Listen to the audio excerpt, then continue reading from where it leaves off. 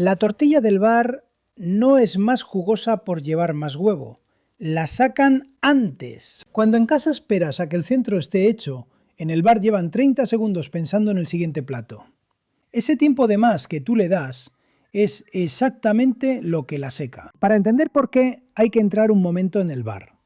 Piensa en la última tortilla de bar que te gustó. Interior húmedo. Patata blanda pero entera. El huevo cuajado, sin estar seco. Ese punto tiene nombre. Cuajado intermedio. Y no es cuestión de suerte. Conseguirlo depende de 3 decisiones que casi nadie toma conscientemente. Y la del cuajado es la última de las 3. Antes de ese momento ya hay 2 errores que pueden haberlo condicionado todo. Empezamos por el primero. En casa, la patata para tortilla se fríe. Fuego medio o medio alto, hasta que está tierna y ligeramente dorada. Eso está bien. Pero no es lo que hace el bar. El bar confita la patata. No la fríe, la cocina en aceite abundante a baja temperatura durante más tiempo. La diferencia no es estética, es estructural. Esa costra actúa como barrera. El huevo llega, rodea la patata, pero no entra, no hay fusión, hay contacto y en el bocado se nota. La patata está ahí, el huevo está ahí, pero no forman una sola cosa. La patata confitada no tiene esa costra, queda blanda por dentro y por fuera. Y cuando el huevo llega, lo absorbe. Los 2 materiales se funden. Eso es lo que hace que la tortilla del bar tenga coherencia en el bocado. No es magia, es física. La patata confitada tiene una señal física. Cuando está lista para la tortilla, se desprende sola del fondo de la sartén. Si tienes que empujarla, todavía no está. La patata bien cocinada es la base. Pero si cometes el siguiente error, la base no sirve de nada. La patata ya está, blanda, sin costra, lista para absorber. Ahora viene el momento que más se malentiende en toda la receta, la mezcla con el huevo. En casa, la secuencia habitual es esta. Escurres el aceite de la patata, la echas al bol con el huevo batido, revuelves un momento y a la sartén. El bar hace una cosa diferente, escurre el aceite, añade la patata caliente al huevo y espera. No mucho, 4 o 5 minutos. Pero espera. Esos 4 minutos no son un capricho. La patata caliente sigue cocinando el huevo desde dentro. El huevo empieza a cuajar ligeramente, alrededor de cada trozo de patata.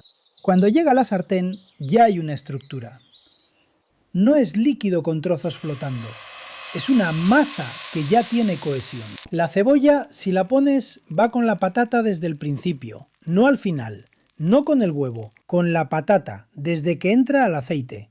Eso es todo lo que hay que decir sobre la cebolla. Ya tienes la patata bien cocinada y la mezcla bien reposada. 2 de los 3 errores resueltos. El tercero es donde la mayoría se la juega. La sartén. Fuego medio. No alto, medio. Si el fuego es alto, el exterior cuaja antes de que el interior se haya organizado. Pausa aquí, porque lo que viene ahora no se puede corregir a mitad. Las 2 causas anteriores las puedes ajustar la próxima vez. Esta o la resuelves en el momento o no la resuelves. La señal para sacar la tortilla no está en el centro, está en el borde. Cuando el borde tiene color y el centro todavía tiembla al mover la sartén, ese es el momento.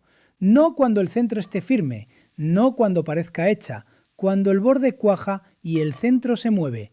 Ahí. Lo que pasa después es calor residual. La tortilla no se enfría al instante, sigue cocinando en el plato durante 2 o 3 minutos. Si la sacas cuando parece perfectamente hecha en la sartén, cuando la comas estará pasada. El bar la saca antes de que esté. Por eso, cuando la comes, está. 3 errores. 3 decisiones que se toman antes de que la sartén importe. La patata sin costra que absorbe el huevo. El reposo que le da cohesión a la mezcla. Y el borde como señal, no el centro. No falla en el cuajado. Falla antes. La próxima vez que hagas tortilla, no mires el centro. Mira el borde. Y sácala antes de que te parezca lista. La cocina no se improvisa. Y cuando la entiendes, tampoco necesitas.